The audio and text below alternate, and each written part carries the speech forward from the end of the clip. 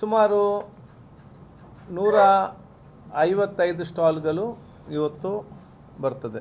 150 ಸ್ಟಾಲ್ಗಳು. ನಮಗೆ ಡಿಮಾಂಡ್ ಇವತ್ತು ಭಾಳಷ್ಟಿದೆ. 250ಕ್ಕಿಂತ ಜಾಸ್ತಿ ಡಿಮಾಂಡ್ ಬಂದಿದೆ. ಅದಕ್ಕಾಗಿ ಪ್ರಕಾಶಕರ ಆ ಒಂದು ಅವರ ಹಿರಿಯತನ ಮತ್ತು ಎಷ್ಟು ಬುಕ್ಕನ್ನು ಪಬ್ಲಿಕೇಶನ್ ಮಾಡಿದ್ದಾರೆ ಇದೆಲ್ಲ ನೋಡಿಕೊಂಡು ಅವ್ರಿಗೆ ಒಬ್ಬೊಬ್ಬರಿಗೆ ಒಂದೇ ಸ್ಟಾಲನ್ನು ಕೊಡೋದಂತ ತೀರ್ಮಾನ ಆಗಿದೆ. ಬರೆದವರು 2 ಪುಸ್ತಕ ಬರೆದವರು 3 ಪುಸ್ತಕ ಬರೆದವರು ಇಂಥವ್ರು ಕೂಡ ಕೆಲವೊಂದು ಇದ್ದಾರೆ. ಅವರಿಗೆ ಕೂಡ ನಾವು ಅವಕಾಶ ಮಾಡಿ ಕೊಡಬೇಕಾಗ್ತದೆ. ಅದಕ್ಕಾಗಿ ನಾವು ಎಲ್ಲ ಅಕಾಡೆಮಿಗಳಿಗೆ ಒಂದೊಂದು ಸ್ಟಾಲನ್ನು ನಾವು ಫ್ರೀಯಾಗಿ ಕೊಟ್ಟಿದ್ದೇವೆ. ಈಗ ಬೇರೆ ಸಾಹಿತಿಗಳು ಅವರು 1-2 ಪುಸ್ತಕ ಬರೆದಿದ್ದರೆ ಅವ್ರು ಬೇರೆ ಅಕಾಡೆಮಿಯ ಆ ಸ್ಟಾಲಲ್ಲಿ ಇರ್ಬೋದು. ಅದೇ ರೀತಿ ತುಳು ಅಕಾಡೆಮಿಯವರಿಗೆ, ಕೊಂಕಣಿ ಅಕಾಡೆಮಿಯವರು, ಬೇರೆ ಬೇರೆ ಅಕಾಡೆಮಿ ಏನಿದೆಯಾ ಎಲ್ಲ ಭಾಷಾ ಅಕಾಡೆಮಿಯವರಿಗೆ, ಕೊಂಕಣಿ ಕೊಡಗು ಅಕಾಡೆಮಿಯವರಿಗೆ, ಭಾಷಾ ಅಕಾಡೆಮಿಯವರಿಗೆ ಸಂಬಂಧಪಟ್ಟಾಗೆ ನಾವಿದು ಸ್ಟಾಲನ್ನು ಕೊಡ್ತಾ ಇದ್ದೇವೆ.